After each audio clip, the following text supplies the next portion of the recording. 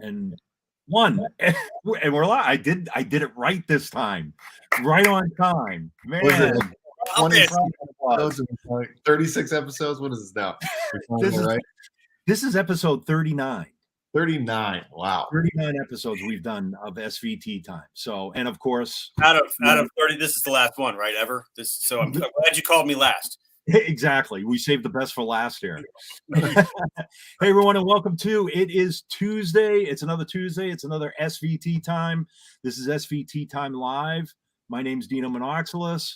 Don Liberati's joining me as he does every SVT time as well. And our illustrious guest today is my dear friend. I'm so glad to have him on today. We get to talk, Mr. Steve Cook. Steve, how you doing, buddy? I am awesome. Thank you so much. Thanks for having me on here. It sounds so cliche when people say, well, thanks for having me. No, really. Thank you. Thank you for having me on here. This is so cool because I feel as a little kid starting off many, many moons ago, and then like to be talked on the same format and platform as some of the most iconic bass players ever. It's absolutely and truly humbling. So thanks for having me on here. I appreciate it. Man, it's our pleasure. And thank you for taking the time out of your day to do this. And man, it's like I tell everybody that comes on the show, it's basically our conversation that goes on here is essentially the same conversation that we always want to have at NAMM. Right. Because that's really the only other time we get to see each other, you know. So Dom, I have to give you a little backstory on NAMM for Dino and I. Typically around maybe Saturday afternoon or Sunday, we would sneak across the street over to the Sandbox, not like, there's no promotional money being exchanged for that. And we would watch the Patriots play the Steelers because I'm a Steelers fan and he's a Patriots fan. And typically the AFC Championship or one of those championship games is happening that weekend. And so that was sort of our thing. And then all of a sudden, both the teams just stopped playing each other. And the Sandbox isn't there anymore, from what I'm told. So really, they paid Paradise and put up a parking lot. Huh? That's basically what they did, from what I understand. Awful. But you're right. It's NAMM is always the best and worst time because we love to talk and we love to catch up, and it's usually about 15 seconds worth of catch up, and then you go, "Excuse me, I gotta be here because you're working." Well, I'm hanging out. It's like, hey. So I totally get it. Totally get it. It's all good. This is exciting for me. Yeah, no, this is going to be fun. So we got a lot of things to talk about today. Obviously, I know I had sent you the list of questions and topics, but give us a little bit of your background, Steve. So you grew up in Virginia Beach. I did. I was born Fort Smith Naval Hospital. My dad was a naval aviator, and still resides in North Carolina. I grew up in Virginia Beach. Product of public school. I started on violin at age 8. Moved to saxophone a few years after that and played in the school band. Played saxophone all the way up to college. When I was, I've got 3 brothers. My mother's side of the family is Italian, 100%, and there was always music. There was, because that's what Italians do, and so there was. So my mother's side, very musical. My great uncle played saxophone. He was a tenor player, played for the Biggies in the 60s, backing up like Sammy Davis Jr. and was out in Vegas for a while. And then he played in the San Diego Pep Band up until he passed when he was in his 80s. So that's kind of cool. So he always was the jazz guy. And I talked to him once in my life. And it was funny because here I am. I just got a bass guitar. Like I was brand new, and my mom called him, said, "Hey, Uncle Frank, you need great Italian thing. Uncle Frank, you need to talk to Steve." Okay, so I pick up the phone. Am I allowed to curse on here? Not, probably not. I won't curse. It's public, whatever. But he says, "Hey, Steve." I said, "Hey, Uncle Frank," and he says, "Promise me one thing." He says, "Don't get on the blank, the SH, two." Yep. And I said, "Okay." And I'm 13, and and so he had, he came from the 60s, the jazz era. Everybody was doing bad things to their bodies. Yep. And so I've, and it's funny, which I don't do the stuff, because that's not the way to go. And I've honored that. And it's funny where you get your influence from. My 6th grade saxophone teacher was a trumpet player named Ziggy Harrell, who apparently had a very illustrious career as well. And then he went on to teach in the school system. And he taught me to keep time. And I'm going to do this like in your shoe with your toes, as a jazz guy. And I was like, and I've carried that with me, all the way through. And I'll be on stage now and I'm sitting there and you can see the top of my boot or my shoe just wiggling a little bit. And because a lot of guys will sit there and bob their head or do whatever, but I'm always keeping that internal time with my big toe. And so anyhow, so school was a big place for music. And then and of course we always like to support the arts, and we got to keep pushing the arts because it's disappearing. But Virginia Beach was a great place to grow up. Because you don't realize how good it is until you're gone, of course. The scene was amazing. So it was a surf scene, skate scene. So you had punk rock was big. And then this was in the 80s. So 80s stuff was big. But then you had like underground 80s stuff, which was really happening. So alternative stuff was really cool. And one day I'm on a band trip in junior high school, and a buddy of mine says, man, we have enough drummers and guitar players in our junior high school. You should play bass. Okay, I'll play bass. So I had $100 in my hand, and I went down to Littman's Pawn Shop in Norfolk, Virginia, and said, that one. And I got this short scale, terrible thing, and went home and plugged it into my stereo with the Y adapter and hit pause on the cassette player so you could hear it come out of the speakers. And that was my amplifier. And that's how we played our first party. Like a month later, we played like 2 songs at a party. I asked the guy, I said, you have a stereo? Yeah. Okay, good. I got an amp. Upset. And so that's where it kind of went from there. And and so then a few years later, my mom's letting me play as a senior in high school and play in the bars downtown. And I say downtown, down on the oceanfront at Virginia Beach. She said, as long as you don't miss school, so I'd get home at 1:30 or 2 o'clock in the morning and then have to be up and make 7 o'clock, the next day, but did it. And, and so that's where it went. That's the classic bass player story. I learned a root and then I learned a fifth, and next thing you know, I'm gigging. You know what? It's funny. And I took 2 lessons and then I stopped, and I feel silly because I didn't want to play Bach pieces. I didn't want to learn what is all this. I want to play like Sting, and teach me how to play Walking on the Moon. I don't want to play this stuff, And so, and so looking back, I'm like, well, I probably should have stuck with lessons. So you haven't, through that whole time, you didn't take any more lessons. Well, your career is a lesson in itself, but it is a lesson, and we'll talk about that too. Yeah. Do any of this. Go read architecture, lawyer books, whatever. But the it's again, you're immersed in the music, and if you have a passion, whatever that passion is, if it's art or if it's writing or if it's music, you're going to immerse yourself in it. And so I was doing just that. I was kind of I had a crazy background. My uncle was the guitar player in Pittsburgh, and I thought he was a rock star. Turns out he was a bus driver. And he was playing with a cover band, a 50s doo-wop cover band. And I saw him and I was like, I want to do that. What is he's playing in the bar and he's dressing up and they're playing cool songs. And so there was that 50s doo-wop thing. I missed the Beatles. My mom was like, she's like, I was 20 something with a bunch of kids. I didn't have time to listen to the Beatles and all that. And so then I had AM radio but I always I gravitated towards everything. And so I think that kind of helped too. But yeah, my formal lessons were really in school because I was doing saxophone, I was doing contrabass clarinet, I was doing upright bass in concert, and so I do marching band. So I was kind of hitting on all cylinders. And at the time, it's funny because it would take me a few minutes, but if you put some treble clef music in front of me, it's going to take me a second to get there. And, but when I was in 9th grade, it was a second language. And it was wonderful. Come to Nashville and it dumbs you down really quickly with the number system. All those jazz chops are gone. That's a whole other thing. Yeah. Steve, yeah. Oh, sorry. No, on your Italian side, when you had reunions, was there always just the random uncle that played the squeeze box? There was but there was a squeeze box in the house, and I think it came out once, but I think that's standard issue. I think that you get the cannoli recipe and you get the squeeze box, when you're born. Yeah, I grew up outside of house to house. You're mentioning Pittsburgh. I grew up outside, an hour or so outside Pittsburgh, and that was I'm That's Italian.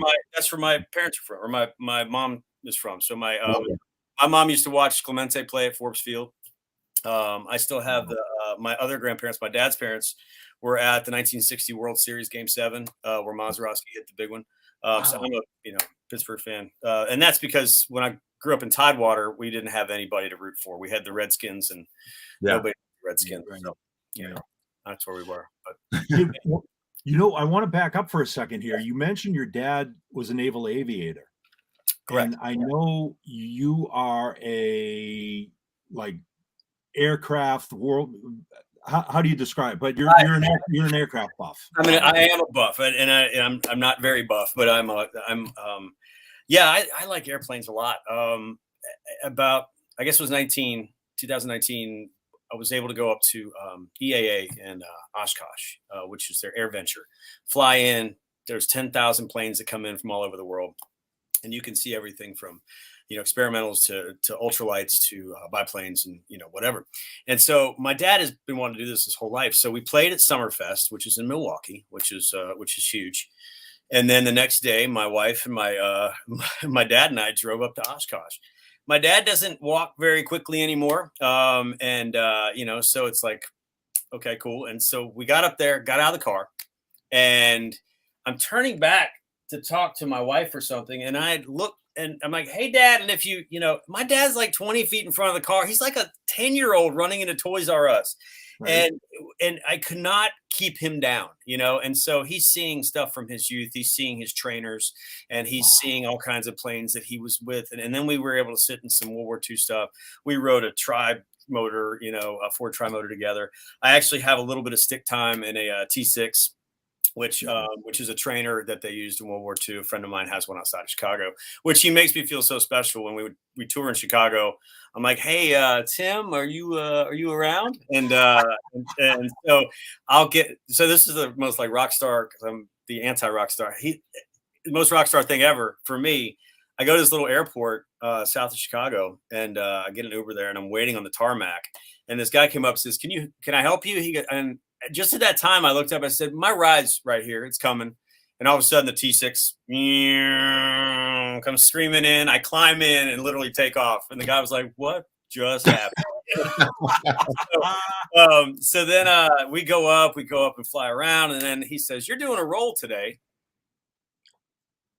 I'm doing a what? And he's like, yeah, you're doing a roll. And I said, okay. So I said, what do I do? He says, you nose it up. Well, first we got to climb, and then we're going to basically dip down. Then you got to ease it up a little bit. Then you roll for the speed. Yeah. Okay. So we did all that. We rolled. We got back to, I said, yours, and we got back to horizontal. And I said, how much of that was mine? How much of that was yours? Cause he's the pilot. He said, I had to nose you up a little bit, but that was your roll. So I can say that I've done a roll in a vintage World War II airplane. Nice. So, that's awesome. So that's fun. And then I got sick as a dog. So yeah, right. That's funny. But yeah, I love airplanes. And when we're on the road, I'm always seeking out history. I'm always seeking out fun stuff. I've seen a lot of planes. I have a great app. It's called Clio, CLEO, and it's this history app that I know Kevin Costner just came out with one that has stories and such, but this one is university driven. It's user driven. And I literally wake up in the morning, we're at whatever town we're in on the bus, and hit the Clio app. And all of a sudden it's like within 10 miles, this is here are directions, here's, and it's pretty amazing. So I get to see the coolest things all over the country, and they're at your fingertips, rather than saying, well, what's in this town, or, or trying to see, everybody can see restaurants that you have all everywhere, or malls. Let's go find something. And I've discovered some of the coolest stuff ever in some of these little places. Your neck of the woods, Dino, is especially great because the towns are so close together. They're so tiny, but like one of my favorite things, I have an e-bike on the bus. One of my favorite things is when I discover something, on my own. I go down into the neighborhoods because the bus can't go in the neighborhoods, and you never see that. You see the arena or the theater or whatever. And I go in the neighborhoods, and I found like Revolutionary War cemeteries, or 200-year-old churches tucked in here, or an old ruins or something. That's the cool stuff. That you don't get to see every day. Yeah. Yeah, and that's how you keep your sanity on the road too, I would imagine. Without question, because Yeah, all the hotels look the same and the bus is maddening. And, so it's like, yeah, you've got to get out and do something, whatever your something is. Some people like to sleep. I'm up. I'm up and Yeah. gone because the bus will stay parked for 3 or 4 hours. And I look at that as, I could sit there and watch ESPN for 4 hours, or it's an opportunity. And every day is an opportunity. If you're, especially if you're away from home. It drives my wife nuts. We go on vacation and she's like, I just want to sleep in. I just want to be in the hammock and just relax. And I'm like, but honey, there's like ruins over here and there's ball of twine. Let's go see the ball of twine. Ball of twine. Yeah. Oh man, that's awesome. Yeah, you're not resort guy because like just staying in the same place would probably be crazy. Yeah. Let's just sit there with. I mean, I like to read, but it drives me nuts to just sit there with a book. You know, and do nothing. If I'm on the beach, okay, let's at least throw a ball or something, or whatever. But anyhow, that's where you get your energy from too. Obviously, chasing two boys around. We were at soccer practice last night, and the other coach was like, okay, line up for sprints at the end, and whoever chases Coach Steve and catches him wins. Like, what kind of trick is this? Right? Take off, and these kids are close. And I realized last night I don't have fourth gear anymore. I used to have that years ago.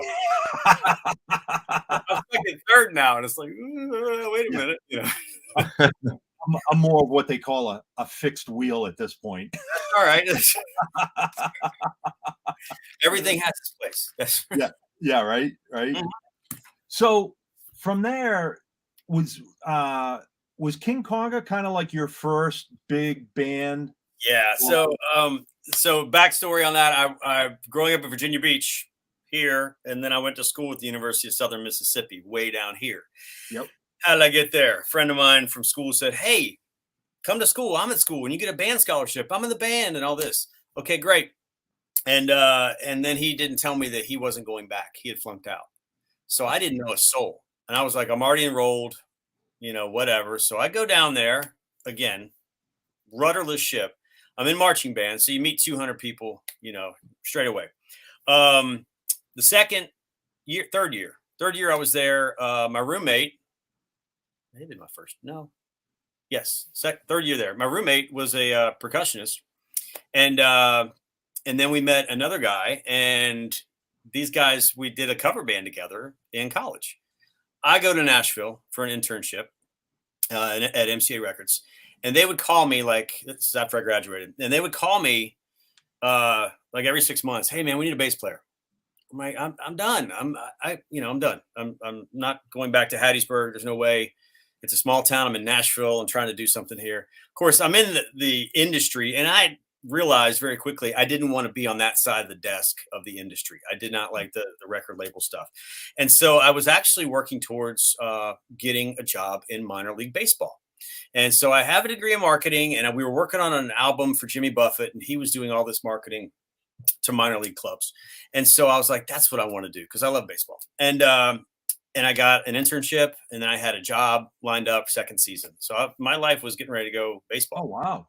And I was going to be working in the front office there. And so they called me. They said, we're only going to ask one more time. I said, all right, let me go see what you got. So I drove down to Hattiesburg. They had packed 1,200 kids into a little club, and they were crushing it, and they had started this band, King Konga. And I was like, well, this is here and now. Baseball will always be there. Let me try this. So I was in the band for 7 years.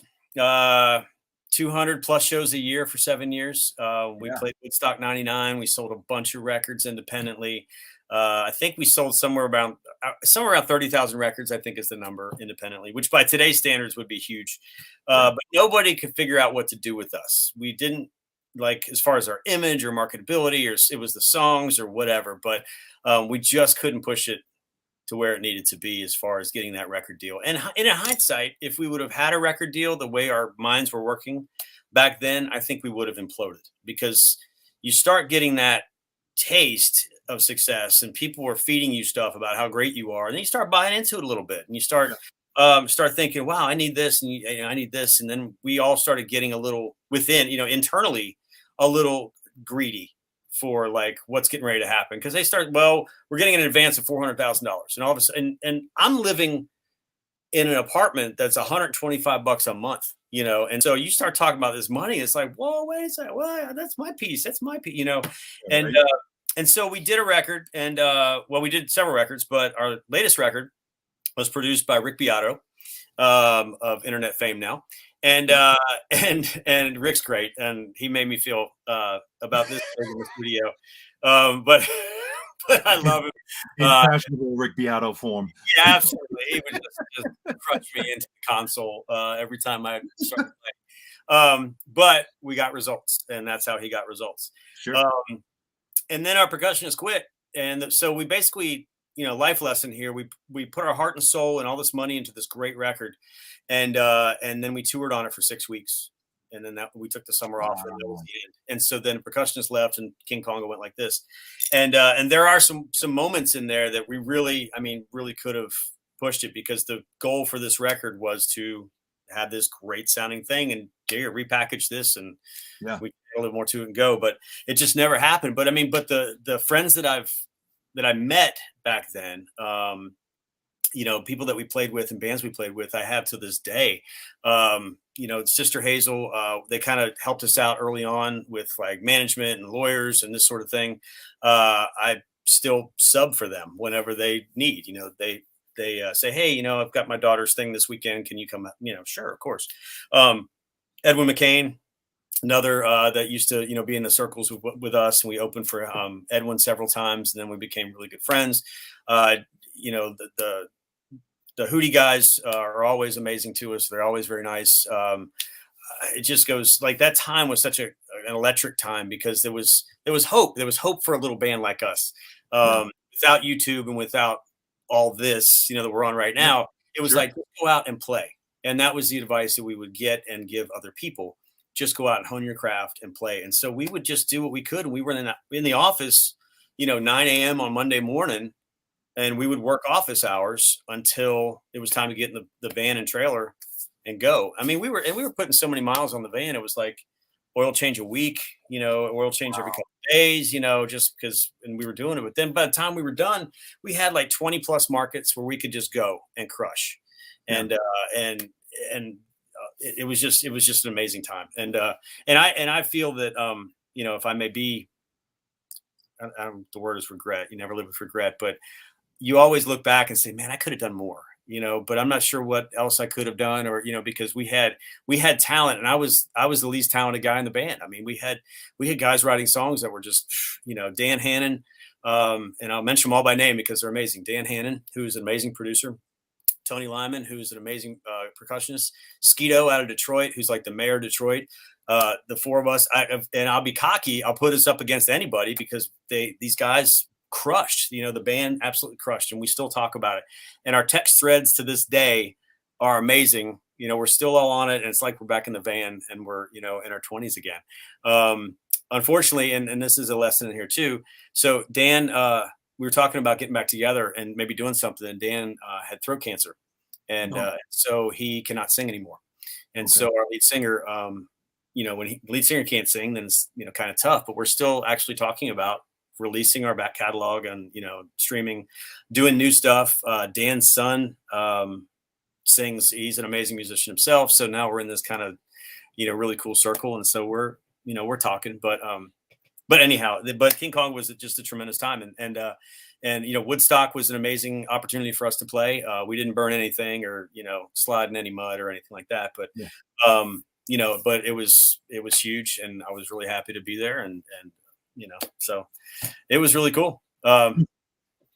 Is there material available for anybody that still wants to check out the band? So no, well, that's what I was saying. We don't have it out on streaming yet. We've been talking about it just because we gotta find the damn master disc. There's always that. It's so hard to them too, because there's like some physical masters somewhere. Yeah, there's a master somewhere. And we got to find those, and then it's really sad because we did a lot of that stuff on ADAT, and so it's like you know, trying to so who's got the VHS and who's got the who's got an ADAT player? Yeah, who's got an ADAT player? You know, nobody. Maybe Caveman Vintage or something. But I mean, you know, but anyhow, so yes, I mean, YouTube has stuff. There's some live stuff floating around. And if anybody wants to email me and really wants to hear it, I do have some stuff in a Dropbox. I have no problem sending some stuff out. You know, hit me up. I'm easy. Yeah, I'm easy. But I keep looking down because Dino, we have some notes that we talked about, and one of the things I do want to talk about, and this is, I'll let you lead the charge after this, but when King Konga ended, I was doing this, and actually, well, after King Konga, it was kind of a weird time, but then I joined a band out of LA called Course of Nature for a little while. And then when that ended, it was like you move to Nashville, or you call everybody and you say, "Hey, I need a gig. I'm looking for work." And so my dear friend Jeff Brown, he called and said, "Hey, I've got this artist named Jen Foster in town. She's a great singer songwriter.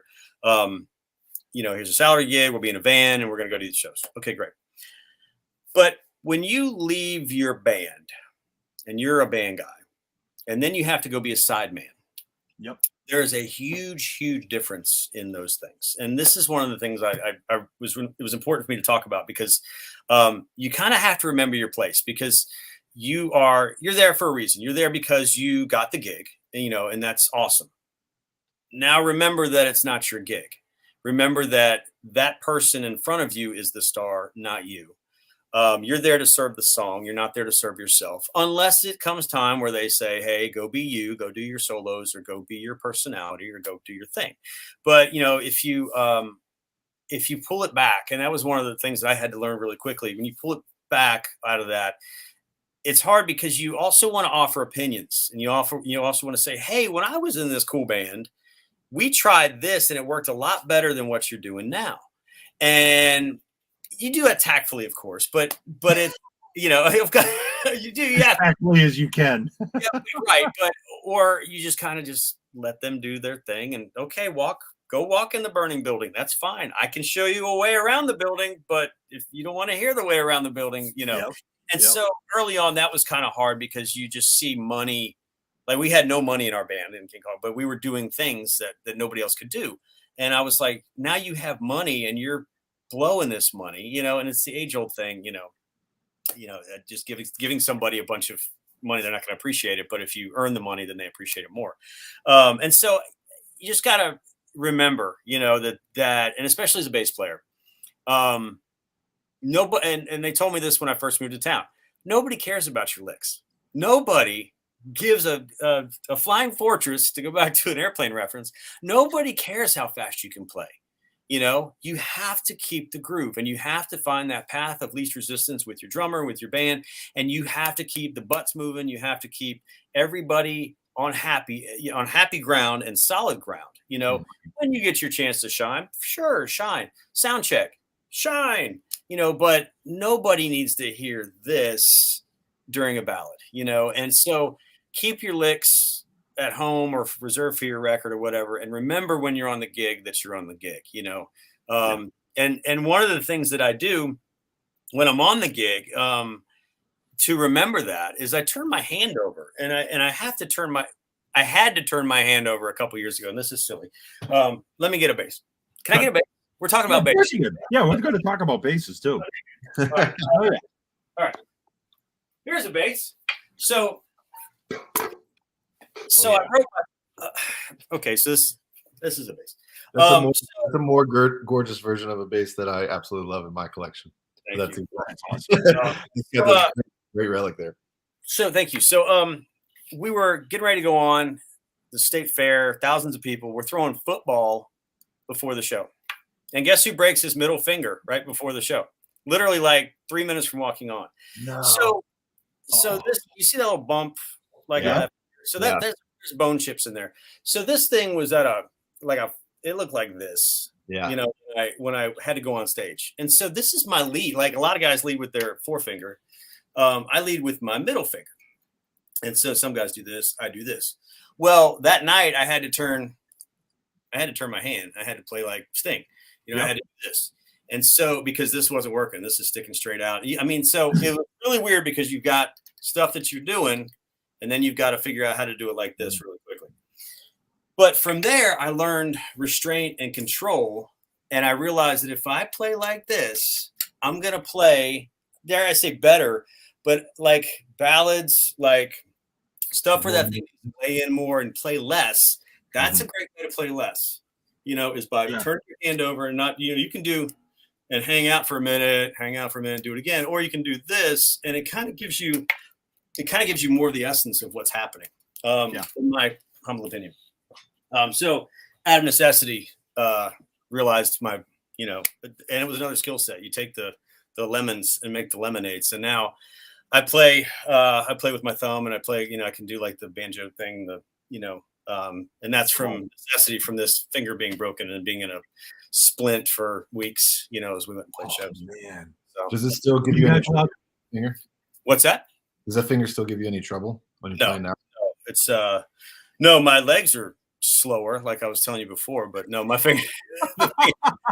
This is cool. This is actually fine, and so when I'm practicing my Rocco licks, then it's at home, then then it works. But no, it's the only trouble is occasionally I'll feel a weird, because it's just that bump on there, and it's battle scar, Yeah. It's all good, but yeah, just knowing. Again, as a bass player, just knowing your place and realizing that the age-old keep it simple, stupid thing is apparent, and it's like just play bass. It's just bass, and we hate to say that. We all want to be superstars. Nobody wakes up in the morning. Find me somebody. Yes, I'm sorry. There's a comment over here from Angel Andres Guanches. You can't play reggae like that. I'm a huge reggae like that. Huge reggae fan. So. Awesome. Yeah, I'm reading this. So, but yeah, I did a show with the Wailers back in like 2000, I think, or 2001, and Family Man was amazing, and just it was really funny on their front of house console. If you look at the kick channel was all the way up, and the snare channel was all the way up, and the bass channel was all the way up, and everything else was down. I was like, really? Finally. But anyhow, I digress. So yeah, no, so let me guess. After that day, you guys weren't allowed to throw a football around. Nope, it stayed on the bus forever. Frisbee. we get the soft frisbees. No, golf is where we go after that. Yeah, right. Yeah. So, but that's that, like you say, that's a perfect example of adapting and overcoming and figuring something else out too. You have to, and that's life too. Yeah, it really is. If you're given something that's not so ideal, you make the best of it. I mean, dogs, God forbid you lose a leg, but they don't really care. You see these three-legged dogs hopping around all the time. It's like, he's happy as can be. He's just a little slower, but he's still here. Yeah. Yep. And Mark, try harder next time. You can get the Southwest first class seat.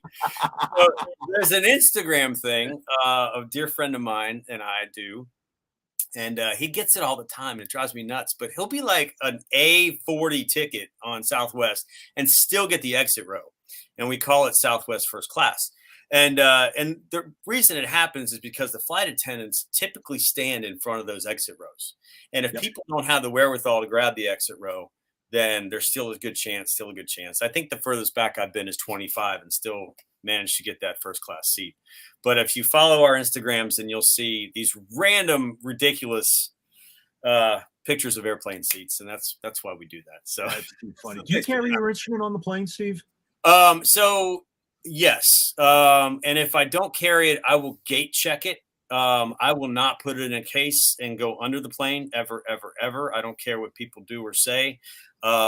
Figure out how to manage that, because under the plane is it's never an option, ever, ever, ever. Okay.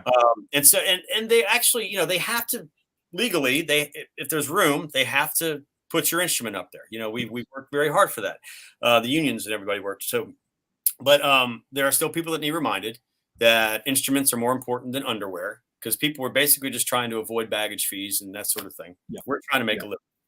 It's all about money. But pay for, if you're on Southwest, pay for the upgrade. If you're worried about it, pay that extra $40 to get on A1 through 15. and be nice. Flight attendants are people too, and they're dealing with so much garbage right now. Ask somebody, hey, this has a first class closet, and it might. Can you please put this gig bag in the closet? Yep. As opposed to overhead. That'll help some people, but really just communicating with people and not being so like, I'm putting this on the plane, it's going to happen, but I did have a flight attendant who actually purposefully tried to delay me so I wouldn't put it up top. Flight. And I went to the plane and I was dejected. I mean, I was just down, and she's like, hey, and I was like, hey. She goes, what's wrong? And I was like, well, let me tell you a story. And she goes, go get your base right now. And I walked up and literally just grabbed it and just went back to the gate because they had held it at the gate. And she was bound and determined to throw it underneath. And she, and the flight attendant was like, here, stick it right here. You're fine. There's 3 others right here. It's good. We can work this out. And I think deep breaths prevail, especially in today's crazy world. Yeah. Remember that even though the airlines are a mess and you paid your money, I get that, to be where you're supposed to be. Everybody's overworked and everybody's having a bad day. And we've all had those overworked bad days, so I have friends in the industry. It's like any industry, just a little bit of compassion, a little bit of, hey, I know you're going through a lot of crap right now, but here's what's going on with me. It just goes a long way. So I think just being nice, just goes a long way too. Oh, absolutely. Yeah. I've always told my kids, you attract more bees with honey than you do with vinegar. Absolutely. Not necessarily want to attract bees, but although vinegar chips are really good though. You're right, Stephen. Like they will find room if they want to find room. I had once where they put a hard shell case in the cockpit, and it blew my mind. They had to open it up in front of everyone and for the whole flight and just be like, see, it's just a guitar, everyone. And I was like so embarrassed, but they still did. That's awesome. Yeah, my bass rode up front, and the pilot was like, this is really sweet. And I was like, we can trade lessons. Teach how to play this thing. But I'll let you play it if you let me fly. What's that? No, I'll let you play it if you let me fly the plane. Right. I'm not rated on a 737. That's not good. But no, Dom, did Dom freeze? Did he? Uh-oh. Oh, I think Dom did freeze. Yeah. All right. We'll unfreeze him shortly. He'll come back. Here he is. Yep. Hi. So good. Yeah. What happened? Dom blew me away the other day. He, well, not the other day, but he traveled with a rocket base 115 and checked it. Yeah. So you're out of a case. I had the soft bag, the cab cover over it. And then I did a bungee cable through from the strap. So I just wrapped around the bottom so it would just secure. Yeah. And I probably checked it for 3 or 4 fly dates. Cause I was obviously with me, I could turn around and go get another test one or whatever. So I was like, all right, let's test this out. I want to know that I can tell people this. And it was it looks untouched. It's incredible. I have a similar experience. I did the same thing. I was like, let me just fly this home because if it breaks, it breaks. Let's see what happens. And when it came out on the turnstile, everybody in Nashville was like, what the hell did you do? Yeah. I was like, wow. It That's worked. Awesome. It worked. Unscathed. I guess they see something like that and they take care of it, But I have seen the guitars fall off the carts. I've seen when they're on cases, I've seen them do the guitar, like the falling domino thing as they put them on the ramps. And again, not underneath if you can help it, up top is always the way to go. And I understand that's not going to work for a lot of guys if you have multiple guitars and doing your thing. But have you ever done that with a dual, a mono dual bass case or something like that? I've never done a dual. Well, no, because they're too heavy. Yeah. It's too much. Yeah. It's too much. And if you can't do it with one, Yeah. Guitar players are totally different. Bass players, I would think, and maybe I don't know. And it's probably the way to go. But I think a lot of the planes now are being built to accommodate that because some of the older ones, you almost had the hole in the in the luggage compartment, you had to slide the neck through and kind of make it work and all that. Yeah. I think I think mono double is the way to go if you need that. I try to keep it, like I said, as simple as possible, especially for fly rigs and things like that. I'm rocking the I say rocking, I'm using because I don't rock the Line 6 HX Stomp, and it's everything. I've got everything dialed in. And the other day, actually, we were on a fly date, and something happened to my presets when I was at home. And so I dialed a new one up literally on the fly, and front of house, like, what'd you do? I said, well, I just called this up and figured. He goes, this sounds better than what you were using before. Okay. Cool. It's all right there in a little box, so that makes it easy too, tuner and amps and everything there. Yep. You have some presets too, actually, that are available. I do. Nice segue. I didn't mean to do that, but you did that. That's awesome. Yes. I'm selling lots of things because I have 2 small children and they're going to college someday. So I have a bunch of presets on the Line 6 marketplace website, and then another company called New Vintage Audio overseas. And so it's actually kind of crazy because I talked to them, or they talked to me, or somebody talked, because there's always talking. Hey, do you want to do some presets? Okay, I'll do some presets. And so I just dialed in what I thought sounded good. I'm not an MIT graduate. I'm not, if the hum or the bias or the ripple is off by this, but I'm not that guy. I'm basically like, this sounds good. This sounds good. This bass shred's cool. And I'm surprised because they've taken off, and they've taken off in a really cool way, where they're ending up on records. Like, friends of mine are hitting me up all the time and saying, man, I used blank preset on this record and this record and this record. And so stuff that's coming out is, I feel like in this weird way, I have this cool little part, and it's not just guys, weekend warriors or whatever, which I appreciate too, because I'm trying to make it easy for everybody. And I really am trying to dial in stuff that's super simple. Not a lot of components. Add components if you need, add your salt and pepper, to your taste. But the presets have been really cool. And it's kind of fun. It's a lot of fun, actually. So now we're doing them for Podgo. So we've done the Helix, we've done the HX Stomp, and the next platform is Podgo. So those are going to start trickling out here soon too. Oh, cool. And they're built for everything, vintage stuff. I'm a vintage nut. So like the short scale, like that thing right there. I'm trying to do this backwards mirror. That Hofner right there. I was going to say, you never make it in the weather in the TV broadcast. Over here. Here's Chicago. And so, so there's stuff built for P basses and jazz basses, and then, and then the vintage stuff and the Motown vibe and modern vibe, kind of like the Dua Lipa vibe, Dom's just done. He's done with us. He's done. He's still got enough. And hey, look, are they putting? Right. So question. So is that my marketplace stuff? I'm sorry. That's kind of cool. Yeah, Haji's posting links. Nice, thanks, Haji. That's a great question. Mark just asked, would I go with a 51P or a P51? Now, the P51 Mustang is an amazing fighter. Going back to the World War II stuff. You know what? I don't have any place to park a P51. Now, that's the problem. Is upkeep and oil. They're about the same price these days too. They're close. They're pretty close. And at EAA at that event I was telling you about, I met 2 of the Tuskegee Airmen, who flew P51s, and that was remarkable and humbling. Charles McGahee, he just passed about 4 months ago, I guess. And I had a great discussion with him and kept in touch with his son. And just the respect was awesome. And my dad was there, which was even cooler because my dad, was in F4s. Charles finished his career in F4s in Vietnam. And so, my dad was like, I want to meet you. And my dad and Charles was like, I want to meet you. I want to talk to you. And so these 2 old pilots were talking to, which was pretty amazing. But anyhow, if that answers your question, I think, I would actually, I'll find a place for the P51. If anybody, the B with the bubble windows is nice too. Actually, the PBY Catalina, I know it's not sexy. It's a big, kind of ridiculous plane. That's my favorite plane from World War II.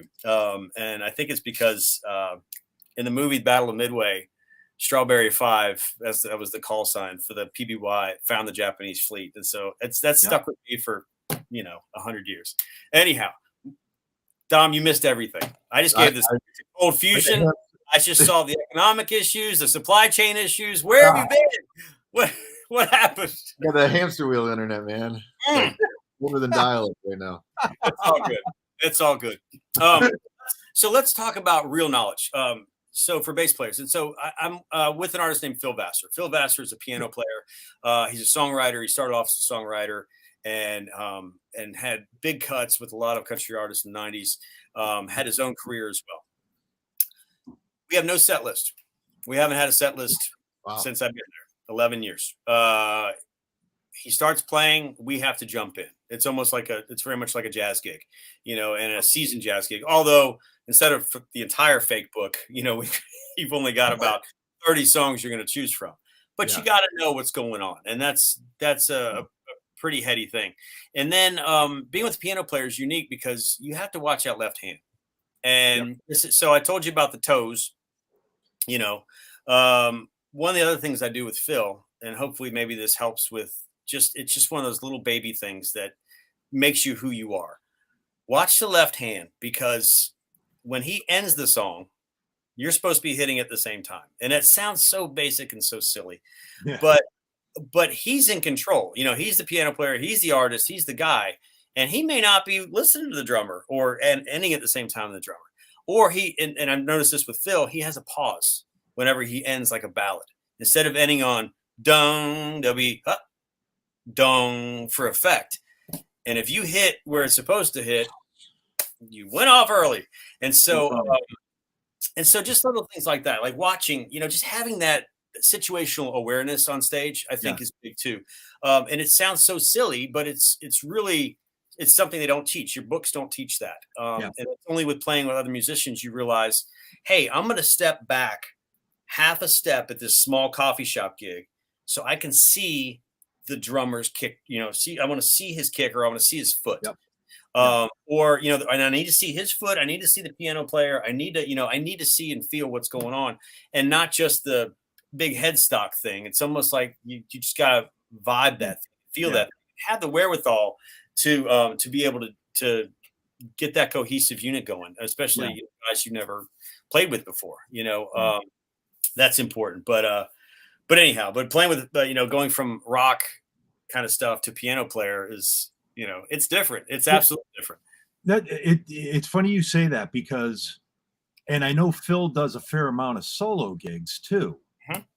And anybody that's played with a piano player that primarily plays solo gigs and does a lot of comping with their left hand, and it's like, hey, wait a second, you got a bass player back here that you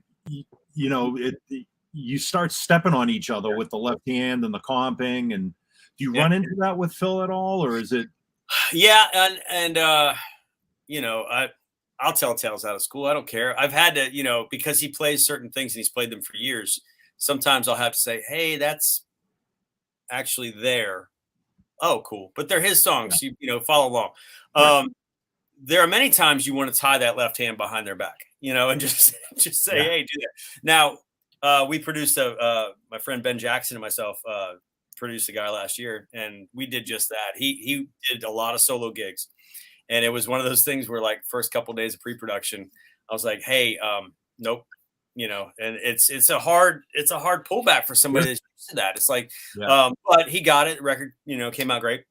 But yeah, and from being with Phil, that actually helped my production, I believe, with this guy, because you realize all the things he shouldn't be doing. It's like, pull all that back and let the band do their job, let the bass player do their job. And that goes for the other side too. That's why, and I don't want to offend anybody. That's why I don't play 6-string bass, or that's why I don't, with a 5-string with that high C. I did, and then you start getting into that guitar player range. I mean, and my guys are like Duck Dunn and of course Jamerson and Sure, on and on. And so it's like I don't want to say meat and potatoes, but it's like, just keep it right in your little wheelhouse right there, and let it go. And so but there are also times when you complement each other, when the piano and the bass can do some things that are different. And I find that if I'm playing some stuff that's a little bit different than Phil's left hand, quarterly, it actually sounds really cool, and it kind of elevates things to a new place and stuff that he maybe didn't think of, and create some tension and resolve, and because and there are many times, quite honestly, he plows ahead, and then you can do your thing and have fun with it, and that's where the gig is cool, because there's not really a band leader saying, whoa, you played an F sharp there. It's got to be, you got to go to the D here. You can't. It's like whoa, So we just have fun. Yeah. Have fun. Yeah. No, that's it all translates. Like I said, every gig you learn something. Whatever that something is, even if it's just one little nugget of information to take home and put in your tool belt. And and just about every show you learn something too. As many, I've done thousands of shows, but you learn something every time. It's silly. Even stuff like redundant stuff, like having, it sounds so silly, but like having extra stuff or just like teching your stuff beforehand. And yes, stuff can happen at any given moment. Stuff can happen, but just being aware of what's going on. Don't just show up with your same old stuff and figure it's going to work. It's or just life. Like if you're on the road, like country artists notoriously, they feed us barbecue and they give us, so it's like bad food and and bad accommodations. That's what they do. Figure out ways to eat healthier, figure out ways to pack your own lunch and to do the things to navigate what you need to do, and don't necessarily wait for everybody else to do them for you. Yeah. As well, which is life, which is life. But we sort of forget that, especially as we get to certain levels where things aren't provided for you. But you need to, make sure your stuff's together, all your stuff. All your stuff. And it's funny because I know being a father and a husband and being on the road and being off the road, there's that balance too that you have to maintain. Absolutely. FaceTime has been the saving grace for all of this. Thanks for technology. Balance is key. I have friends that go on the road to just nap. That's their balance, which is great. But yeah, you've gotta figure out, and the hardest thing, like really being on the road as a husband and father, is you got to remember, especially for new fathers out there, talking to you, because I was a new father a few years ago. You have a way you did things, and then you left, for 4 days to go play shows, and then you came back, and your wife has been holding down the fort. She's been doing a great job, and you come in with your ideas on how you thought maybe it should have gone, except you weren't home. Look at Dino. You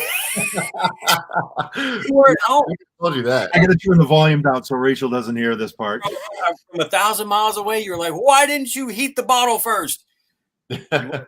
You weren't there. You can't. I made this mistake, which is why I'm mentioning this. And nope, she can't hear me. No, but I made this mistake many times because I'm like, well, the book says to do this already, but you weren't there, and you didn't hear the part where your wife said she only got 2 hours of sleep last night with that new baby. All you heard was, the echoing of the fans in your ears from that big show you did and how great you are last night while your wife is at home with 4,000 dishes and diapers and stuff waiting for you to get home. And it's like, no, dude, you got to remember, your place in this whole universe, and remember that your universe is different, especially when you have kids, and especially when you get newly married, it's all going to change. It changes for the better. It really does, because there's no love like that. There's no love like that, that whole thing. Yeah. But at the same time, you've got to step back and not be so typical like me. And I still don't listen, because you think you can run the show. And it's taken me a while to figure, okay, she's got it. Whatever she needs to do to carry it through, it might be Skittles for dinner, but that's what's going to happen for dinner, because you're not there to, otherwise, So we used to call it re-entry. And some of my other touring buddies, we'd get home and we'd always text each other, like, how was your re-entry this weekend? Because I would come home, and my fault was like, I'm a freak when it comes to like getting stuff done around the house. And I'd come home and I'd be like, how come this wasn't done? How come this wasn't done? How come this wasn't put away? Oh yeah. Yeah. And it was like, there were a couple of nights I could have sworn I saw her hovering over me with a pillow, like waiting to smother me. Oh yeah, of course. And I would come home from the road and I would start cleaning. I'm like 2 hours of sleep and I'm just off a flight and I had that same attitude, you know? And then I got to remember, hey, pull it back. We're going to get the dishes done. We're going to get this done. Go get a shower and hug your kids. Or hug your kids first, then get a shower. Whatever you need to do. And hug your wife and thank her, and then go let her nap. You know. Yeah. Because you've been out doing your thing and being catered to, you know. And I'm not trying to like, you know, I'm never ever better than anybody else. But you know, when you're doing a gig and you're out there, they give you stuff. Here's your food, and here's your accommodations, and here's your ride, and all that stuff that you don't think about as a normal human, or you have to think about as a normal human being, but we don't, because, and for some reason, we all get dumb when we get on the road, because there's a tour manager that writes up the day sheet, and they tell us what's going to happen during the day, and all of a sudden, we're like, "What time's the show? What are we doing today? Where's the food?" You know, and it's like, just, and I do it too, you know, and it's on the day sheet. Well, we can't read, you know. I forgot how to read. Can you read it for me? Can you read it for me? You know, but you know, but it's just what we do. But then, the re-entry, that's a great term for it, because it really is that. Yeah, it's a re-entry into normal life. You know, can I tell the story about how you proposed? Of course. Yeah. You want to tell it, or you want me to tell it? No, actually, you tell it, because I will preface it like, Steve, I mean, we've all proposed, you know, for those of us that are married, obviously, we've all proposed in the most romantic, like, coolest way that we've tried to propose. But Steve, you win the prize, brother. You absolutely win the absolute prize. So certainly we had kids, and I would come home and be a jackass about yeah, that's all forgotten now. Way forgotten. We were at a show in Louisville, Kentucky, and we were at this baseball stadium thing, and there was a song called "Last Day of My Life," which is actually a very sad song. It's about because country music is always about somebody dying or going to jail or drinking, and so this one is about somebody who passed away. But the theme was, hey, I'm gonna take that, and it's a reminder that every day should be like the last day of my life. I should treat you and treat our love like it's the last day, and love you as hard as I can. So, is that a remote control car? Is that so? It's like the kid.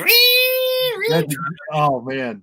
So thanks for ruining my moment, whatever that was. It's all good. All you want me to tell it. He's timing that up perfectly. Most romantic thing ever. Go ahead. Continue. So then I guess there's a pause in the middle of the song, and I told my wife, who's at the show, that there's a pause and that you need to take this glass of wine out to fill. It's part of the show. Just put it on the piano and then walk off, and that's it. Well, she wouldn't do it. And I was green all day. I was sick and I was just not feeling good. I'm walking around all day with this wedding ring in my pocket. And so then show comes up, and they finally convinced her, and she was going to wear like shorts and a t-shirt. And I was like, honey, why don't you dress up a little bit for tonight? She's like, oh, okay, I guess. And so she puts on a skirt thing. And then she comes out, and then she walks the wine to Phil, and Phil says, why don't you take it to Steve? So she comes over and brings the wine to me. I took off my bass, handed it to a buddy, got down on one knee in front of 4,000 people, and then proposed. She had no idea. Everybody kept it a secret all day, which is great. And then yeah, so that was that. And then actually there's video, because there's always video.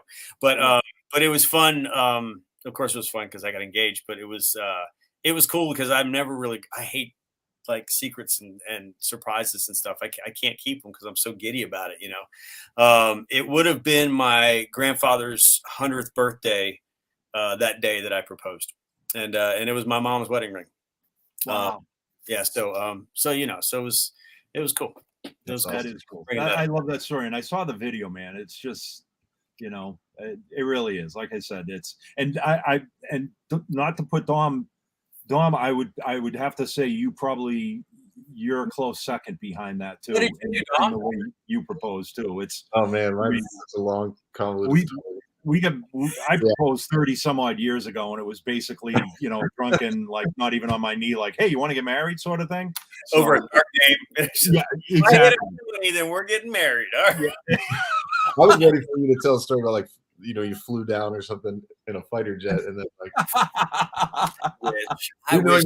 That's the next step. You can do that. Yeah, right. Oh man, I get re-engaged Yeah. to her. We get right on 20th. Wait, I was gonna say, is the video online? Can Haji repost this video? No. Yeah, it's on YouTube. Somewhere, Hodge, get to work. We'll find it. Little basketball bass player. It might be on too.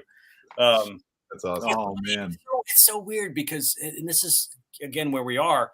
And of course, you dive in, and we'll talk about the web in a second. But is fans that posted videos. Like when something's happening, like car crash is happening, everybody posts a video. But fans were posting like, proposal on stage, and then you hear their reaction because I'm on stage way down there, and then you hear these people like, "Oh my gosh, he's gonna do it! Oh my gosh!" And that that's kind of weird, but it's cool at the same time. I'm not gonna lie. But let's talk about the web for a second, if we may. Yeah. Because it's the devil. Because here we are. We're on the devil platform. I know we're supposed to be talking business here, and everybody's like, doesn't he play bass? Because we haven't talked about bass related at all. This is life, kids. This is life. We need to learn about life and bass, okay? Because it all ties in. So I used to review products for Premier Guitar. Yep. And I did that for a number of years. And the number one thing they told me was, don't ever read the comments. When you first get the gig. Yeah. And then I read the comments. And look at dude, because I'm the guy. Every time I watch a product, I tell Dino, don't read the comments. Oh, it's unreal. It's unreal what people will say about free content. First of all, but it actually, it was funny, it was sad, it was hurtful, but it was a learning process too, because there were genuinely mean people. Can't watch this. Bald head, too distracting. Mother stinks. This guy will never, ever work. He will never get a gig. And I was like polishing my Grammys back here, but I don't have any Grammys. Anyhow, but there were a couple comments and they made perfect sense. One guy said, and I prefaced this, this whole interview early on, keep it simple, is this: I can't hear the bass because you're playing too much. And like you're playing too many licks. Let me hear what's going on. Play the bass in a practical bass way. And I did read that and I took that to heart. And so from that moment, I actually moved forward with much simpler, kind of things, because you have these videos that are out there. You're like, I gotta be this, I gotta be that. Yeah. You gotta be yourself. That's what you gotta be. That's the only person you have to be better than is yourself. I love Vic Wooten. I love Stanley Clark. I love Jocko. I love them all. There's only one of those guys. There's only one of you. So be you. Whatever your you is, just be you. And that's musically, that's in life, whatever. And that goes a long way. And so I just tried to be better at that point because I was trying to be something that I wasn't. I was trying I thought I had to play more, play faster, higher, stronger. No, you are playing bass, pull it back, show the product, remember why you're there, which goes back to performances as well. Remember why you're there and why you're, at the gig. Yeah. And so, but I don't, now from this point on, I don't read comments. I don't, cause I can't, cause it's pointless. It's terrible. It's just like, and it's easy for somebody to post a comment from wherever and not confront you and talk to you face to face. And I don't like confrontation. I will absolutely have a debate with anybody. If you want to talk bass or process or whatever, no problem. But to just get hurtful and then disappear, it's kind of, it's a little bit weird. Yeah. It was easy. I think for me, as demonstrators, we always want to be in front of the camera and playing stuff that people go, wow, look at him play. Like, wow, he's an amazing. But I think the thing that hurt me the most was my kids were reading the comments when they were younger. And they were coming like 5-6 years, maybe not 5-6 years old, but like pre-teens. Sure. And they're like, Dad, did you see like what this person wrote about you? And I'm like, thanks. Yeah, no. And same thing, it's some of the stuff is very hurtful. And that's I love that advice. Just be yourself. Just play what you play. And leave it at that. Don't try and be anyone else, Although I'll segue. during lockdown, I had COVID. I started getting up at 4:30 in the morning and writing music. And so I released an ambient record under a pseudonym called Alex St. James. So that's so I'm not myself. And there's only one track that actually has bass on it because I wanted to do something completely out of my wheelhouse and something different. And I'm sorry, I look over here because my dog's poking in to say hi. But anyhow, so I'm not myself on the Alex St. James. Alex St. James is me. But it's stuff.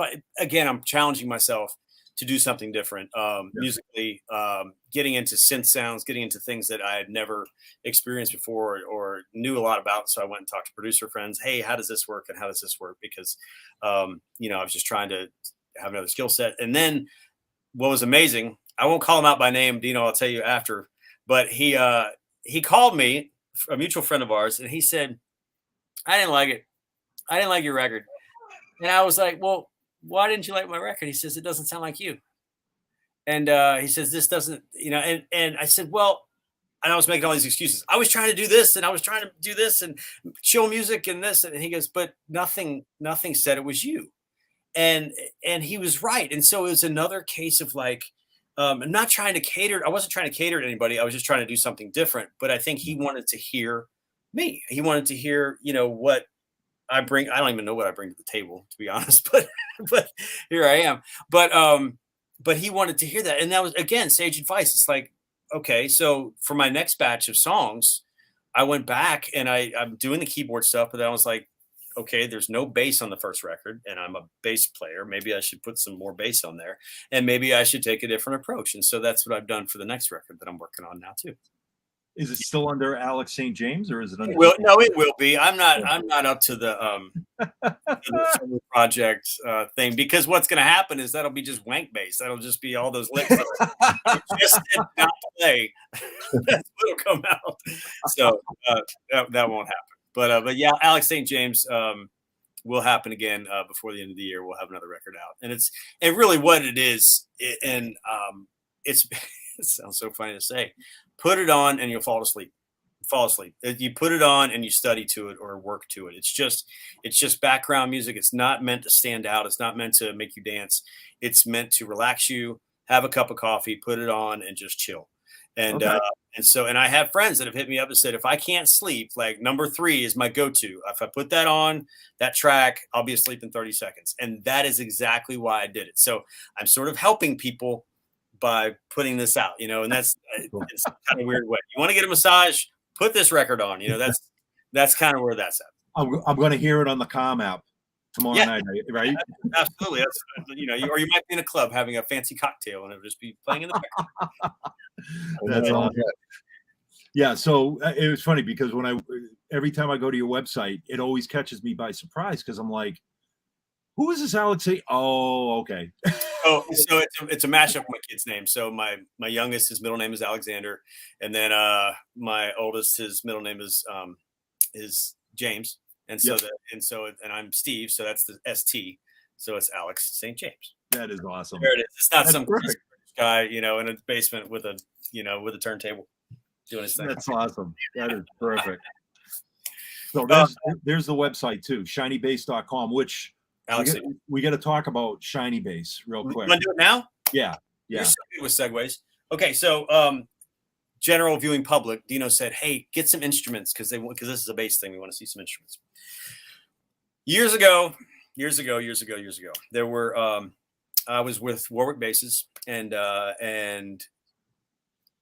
I got one of these instruments, and it was the most random thing ever. It was me and I forget his name. From Limp Bizkit, who was the bass player. Oh, Sam. This is terrible. Somebody knows the bass player for Limp Bizkit. I'm so sorry. Never about the bassist. I don't know why. But. I'm so sorry. But anyhow, we were like the only guys in the country that had instruments that looked like this. Hold on. It has since changed, but hold on. So this. Oh, wow. Is a chrome dipped bass guitar, matching headstock. Stage 1 or stage 2? I should know this. This is called the Streamer CT Chrome Tone. Okay, all right. So yeah, everything's, I mean, everything knobs and everything is all chrome. So, so that's the shiny bass. That's where shiny bass came from. Is this? I had no other like name for the website, and this is, is this internet thing gonna take off, and it's just gonna be a thing, and so I chose shiny bass, and I just never changed it. It's the dumbest name because I get people like, man, that's not a fish. I'm looking for a shiny bass. No, it's not. So Sam Rivers, thank you very much. Sam Rivers. Yep. Thank you. Thanks, Haji. So anyhow, so yeah, that's the shiny bass. That is cool. Which is pretty cool. It does sound good. And you've had that bass for 30 years now? I don't know about that many, but probably 20, maybe at least 20. At least 20, if not longer. Yeah. I had to get it touched up because I was actually gigging with this. Prince called. But the headstock faded because of the sun. But they redid this Warwick. They redipped it? They had to redip the headstock. Wow. But photograph like crazy. Yeah, it's right? you can't photograph this thing. You have to do it from an angle like that. But it's pretty cool. That is cool. Want to see more cool stuff? Yeah. Show. So you have a custom designed bass that you've been working on too. So had this idea. My youngest Miles, he was born with profound hearing loss, and he wears bilateral cochlear implants, and so essentially he's deaf without his devices. Yeah. We do sign, but he's in mainstream kindergarten in a hearing. I don't like the word normal because everybody's normal. Yeah. Situation. Hearing environment. But at the time, it's completely crazy, uncharted waters as to what you're getting into in life. And so I worked with this gentleman, Chris Coleman, who's a tremendous builder out of Newport News, Virginia, close to my hometown. And we came up with the Miles bass. And this is it. And so this instrument is a short scale bass. Love that. It is a tracking and tone monster. And we built it because the guitar players who are now playing bass, are really comfortable with this. And so these guys are really gravitating towards this. And again, this thing sounds so big on tape. And it's the coolest thing. So I have a bass named after my son. That's cool. Headstock. Oh, so cool. And so this is awesome. You can order these from Coleman's website, which is awesome too. So I love playing this. We've got an XL version as well, which is a little bit bigger and is more bass-like. But guitar players, again, they move all over this thing and totally rock it. So this is really cool. So love it too. Bob Glob was playing one too for a while. And this was his hotel room bass. He told us, Bob's got one of these. Yep. I think it's yellow. And I think they're working on something else too, which is crazy that Bob has one because Bob's Bob, right? It's Bob, come on. Levels. Bob, the sweetheart of a human being, Bob Glob, who did all the stuff with the guys and the things. And, it's like, and it's ridiculously humbling that he's got one of these again that we kind of came up with and now it's in his hands, so. That is cool. That is cool. I got to try one out at some point. You do. I'll send you one. Send me one. Okay. I'll send you this one. Send me. No, you don't have to send that one, but. All right. So I'm going to show you one more cool thing that Chris made for me. If you can. Okay. Okay. So this is an interesting story. Up in New Jersey, there was a tree called the Basking Ridge Oak. And the Basking Ridge Oak, 619 years old, and it had to be felled, I guess, or had to be cut down. And so this gentleman got a hold of this wood. I went to, and I'll just do this, performed at Steve Cropper's 80th birthday party at the Ryman, which was an amazing experience. They had a guitar there that was made from this wood, from this 619-year-old Basking Ridge Oak. And so I asked the owner, or the guy who was in charge of this, I said, are you guys going to build basses? He says, we don't have a guy building basses. I said, do you want one? They said, yes. And so I got them together with Chris. Mm-hmm. And so now we are building. I'm not building them. I'm just, here. We're building instruments made out of 619-year-old wood. Wow. This is from the Basking Ridge Oak. Wow. why is this instrument so cool? Well, it's basically a 51p bass. So there you go, Mark. Yep. The color doesn't, this kind of weird internet camera doesn't really do it justice. But so Lincoln, I'm sorry, not Lincoln. It's my neighbor's dog's name. Lincoln. Washington, another president. That's not a Lincoln, Washington. Cool. As far as I got history buff here, right? Fooling everybody. So Washington and Lafayette had lunch under this tree, under this Basking Ridge oak, during the Revolutionary War. And so Lafayette got injured in the war. He was helped by a man named Porter. Porter's son started Lafayette College up in Pennsylvania. And so they planted elms. They were, what I made a note, Eastern elm, English elm, English elms, when the school was founded in the 1820s. That tree had to be cut down. So on this base, I've got English elm from the Lafayette College tree. And then I have the Basking Ridge oak on this as well to kind of tie in the Washington Lafayette relationship. Wow. On this instrument. So there's inlays from the oak as well through here. Rosewood, on maple. It sounds really good too. Again, is there a finite amount of bases that, I mean, obviously there's a finite amount of bases that can be made from that wood, but do you know how many? The number that we're gonna be able to do is 50, and that's gonna be so. Which is, it sounds like a lot, but it's different because this is capped. This has a kind of a weird back to it. It's book matched on top. It's so if we don't do solid bodies, then we can probably do 50 of these. But what's funny about this is like it's got a brass nut, kind of like a Warwick. So it's got a little bit of modern edge to it, even though it's got the single coil. Yep. So it really cuts.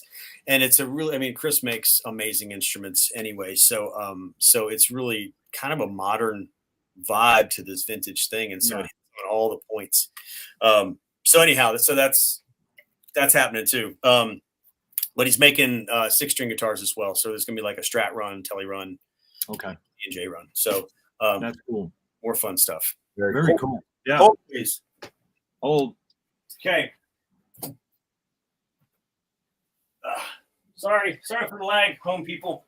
Okay, so one of the best things about touring is not necessarily always the history or the restaurants. It's shopping. I went to a great place in Grand Haven, Michigan, Guitar Haven. They have a shop dog, which was clue number one, which was awesome. But they had 2 of these guitars, identical. And then he said he actually had 3. And so I was like, I'll be back here in 2 weeks because we were coming back through town again. So I picked this up, which is amazing. Whew. This is a 1965, and it's showroom fresh. My gosh. And so it's got original tremolo on it. It's push button electronics. Wow. Which is really, really bitching. Big old headstock. Cool. Yep. Contessa is what it's called. This big. It's got this big, wonderful killer sound. Wild. It's awesome. But these are the treats when you get the pawn. Right. When you get the pawn shop finds. In the middle of nowhere. And you have room enough to bring it back. That's the biggest challenge. Right. If you can bring it back and you don't have to, check it under the plane. Yeah. That is too cool. But anyhow. Yeah. Oh, and go ahead. No, I was going to say you were going to point to the bass and hanging in the corner there. Yep. Is bass guitar? I can't see from here. This is so Rob Olson is a sweetheart. He's at Hofner and is Mr. Hofner. This is a club bass. This was designed by Tom Peterson from Cheap Trick. Okay. And this is a gold top, and there aren't very many of these floating around. But this thing is a tracking beast as well. And it's one of my favorite instruments because it's modern cool, it's vintage cool, it's all the things. Yeah. Yeah. But tone machines where it's at. So let me ask you this, Steve. When you're going to a session, how many basses do you normally bring to a session? So you've got to do your standard thing. You've got to have your P. Yep. Which, I've got an 83 Fullerton P bass that sounds like Jesus. Yep. Yep. And so I haven't touched it. So that's amazing.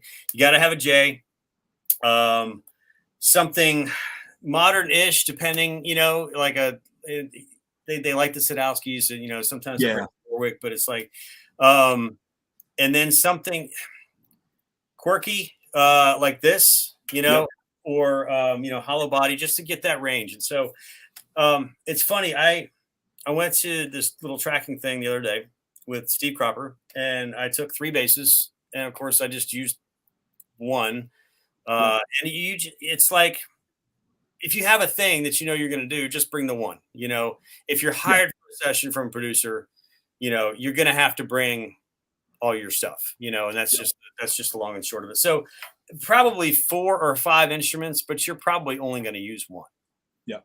But you have to give them that range. You have to give them the choice, especially because if there's some ballad stuff, you're going to want, some of this kind of thing on there, or some Americana stuff, or just they're going for different country sounds, something like this.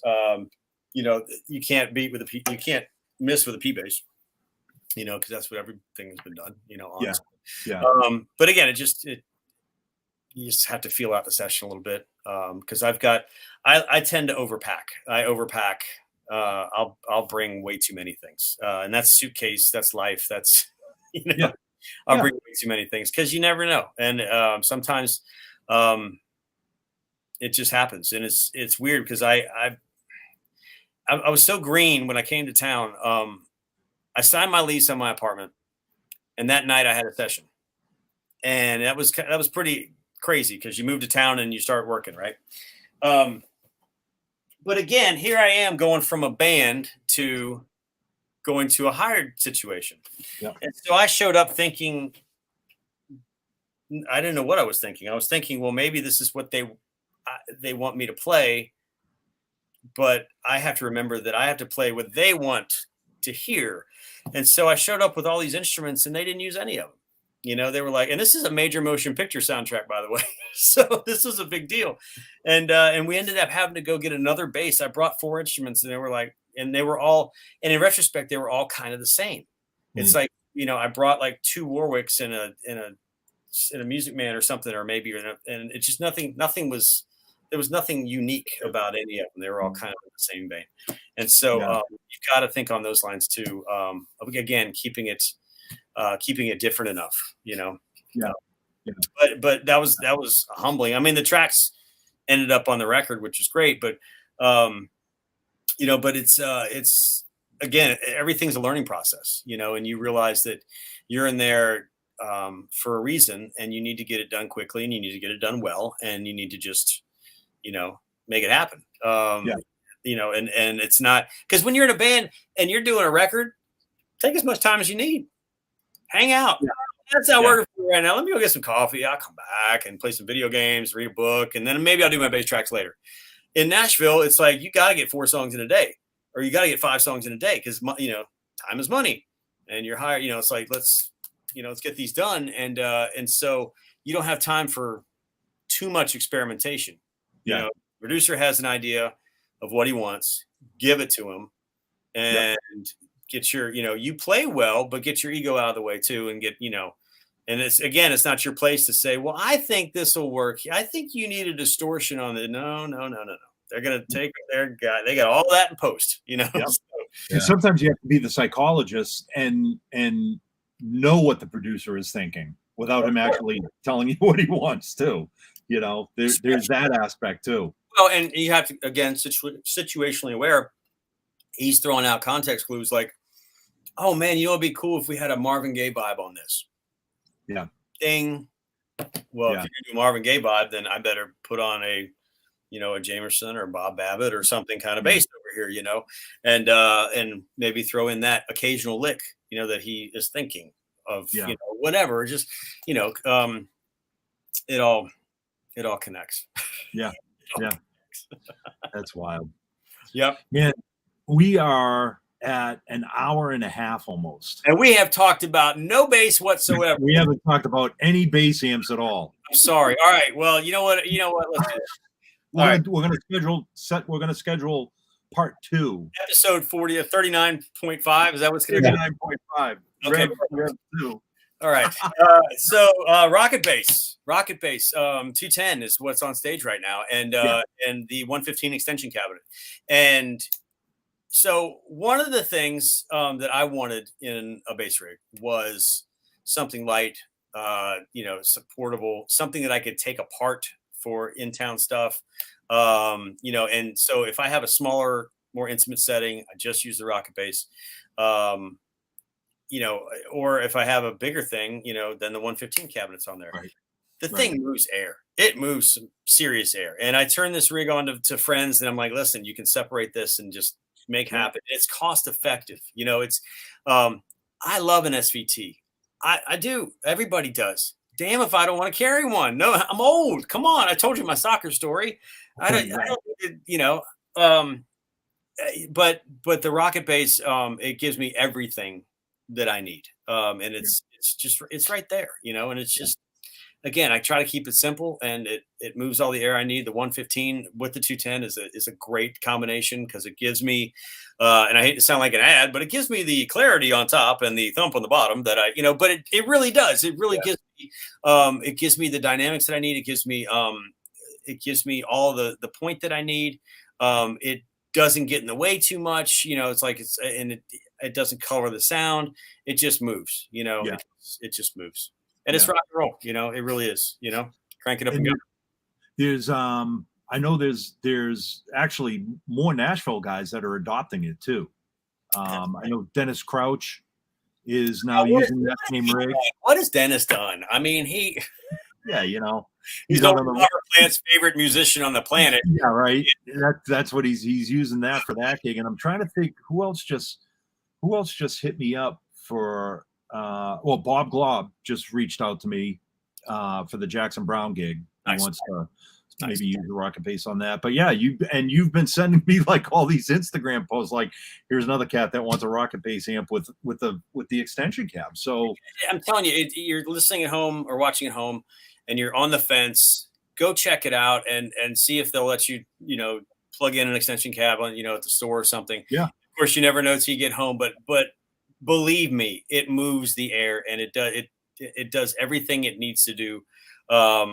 It's plenty, and I mean, my first bass rig was a PV Mark IV with two 215 cabs, and I thought I was, Jesus. No.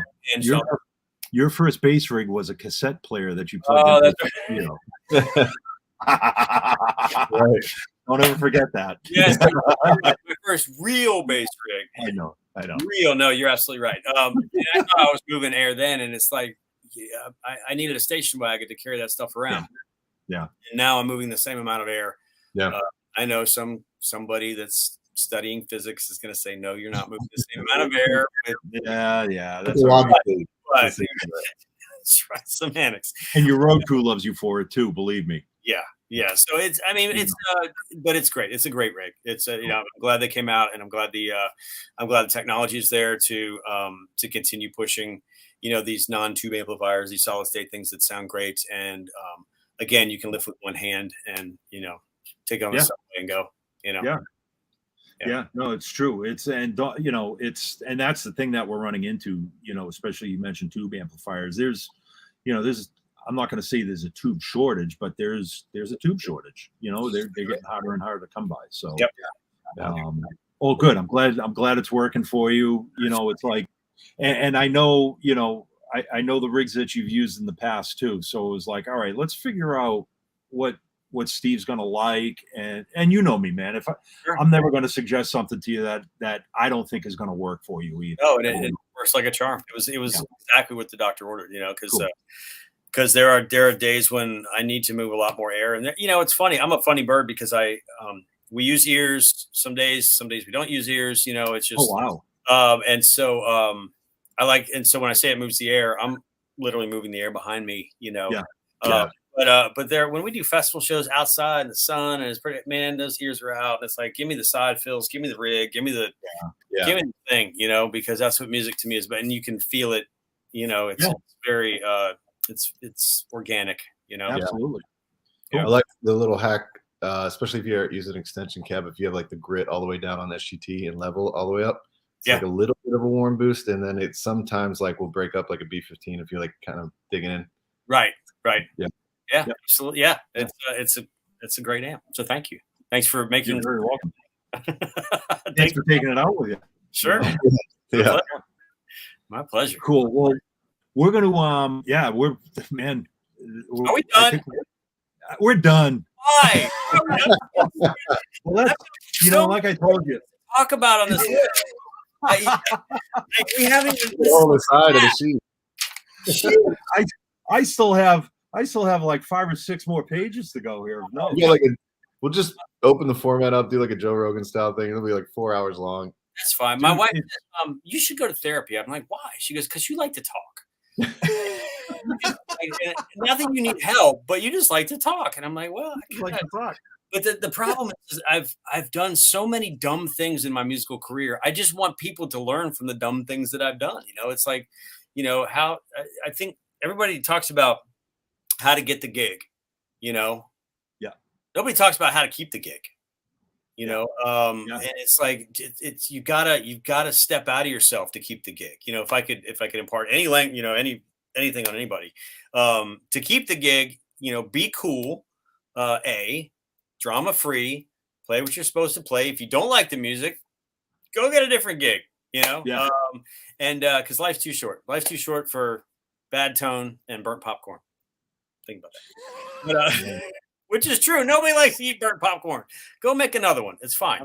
I like burnt popcorn, but that's all my burnt popcorn. Every time it's burnt, I'm just gonna have a bag next to that's going to be the name of your next solo album. Actually, burnt popcorn. Actually, it's a song that Steve Cropper and I wrote together. It's called. Oh, okay. There you go. Oh, that's so appropriate. But anyhow, and just stepping outside of yourself and realizing, okay, what am I going to take to get here? You're going to be the yes man in a good way. You're going to play your parts. You're not going to have any issues. You're not going to show up drunk. You're not going to show up, this or that. And for those of you that drink, sorry, younger kids that are watching this, don't drink. But really just being cool. That I think that's being nice and remember, as you grow in your musical journey, you're never too good. You know what I mean? You are the same. You are the absolute same as that doorman and the King of France. You need to treat them the exact same. Because they're working. Everybody's working. We're all here on planet Earth together. Just be nice to everybody. That's really the long and the short of it. And the garbage man has a family too. Even though he's probably making more money than all of us because, but really, but remember that like those people that have been, on site for festivals, I know you're excited, and I know we need to wrap it up. But God, there's so many more things. If you're the opening band, be cool. If you're the headliner, be cool to the openers, because you're going to see those people on the way up and the way down. You really will. I swear. Happens all the time. And that's how gigs happen in Nashville too. Because, people remember that stuff. Oh, he was a jerk to me at, 15 years ago in Terre Haute. I don't want him on the bus, and will derail you forever. So, and that's, again, we haven't talked a lot about music stuff. I've been talking about. No, we have actually though. But just remember to be cool, just cool. Parting words from Steve Cook. I could have saved you an hour and 30 minutes of your life, viewers, if it'd be cool from the beginning. Here we are. Oh man. Find a good place to ask your girlfriend to marry you. Oh gosh. But I tell you what, I have to say, you guys are amazing. You really are. Thank you for supporting me. Thanks for having me on here. Of course, amazing. And the SVT suite is pretty awesome. I mean, and I love it. Right? I like even though he's a Patriots fan, they're both Patriots fans. Sean Hurley and Tim. I like using their stuff because they're kind of quirky like me. And I pull out the P bass with flats and I try to be Hurley, and I pull out the short scale and put on, Tim's stuff and try to get, weird with it. And and I love them both. And they're both exceptional human beings. But you have to point out that they're Patriots fans. I'm just saying. You're absolutely right. And I'm guilty. I'm guilty. I said the other day that I can't wear sports stuff because somebody will instantly hate me, because Yeah. of what I'm wearing, and that's what sports do. And I just did that, but God, you're the Patriots. I mean, it's like you give somebody else a chance. Oh, trust me, you'll have your chance in the next year or so. Believe me. We'll see. And for the next rev of SVT Suite, we'll get some Steelers fans on there too, including your. Hey, can I do a steel like preset? I'll do one for you and have it like absolutely. We'll have a gritty, edgy Steel Town preset for. All right, we're gonna hit you up for that. No Trust worries. me. No worries. Cool. Buy my other preset. No, I'm just kidding. Buy my other stuff on the marketplace first, and then go to the SVT. Nice. There you go. I'm just kidding. No, I want all to do what's best for you, not best for me. You know what I mean? I feel like I want to hug everybody because you guys are cool. And no, I haven't had any coffee or anything crazy in the last. Yeah. Oh man. Hey everybody, listen, we got to run because I know. Well, Steve's got to run. And I do. I'm sure Dom's got to be at least 38 minutes overdue for a meeting right now. So probably because he is the man. But and I got to run too because I don't know, I got nothing else to do right now. So listen, everybody, thank you for watching. Steve, as always, we're gonna have you back as well, and we'll talk about some more stuff. Yeah, everybody, thanks for watching. The next episode in 2 weeks, we've got Juan Alderete coming on. He's going to join us and talk with us for a little bit. Is he feeling better? Yeah. No, it's going to be a cool interview with him. It's not even an interview. We're just going to talk. But I want to thank Aaron, who's behind the scenes running this whole crazy show, and of course Haji. Haji's our backup guy, answering all these questions and texts and looking up stuff for us. So thank you, everybody, for participating and making SVT time what it is. And we'll see you guys in a couple of weeks. All right. Thank you, Steve. Thanks for being here.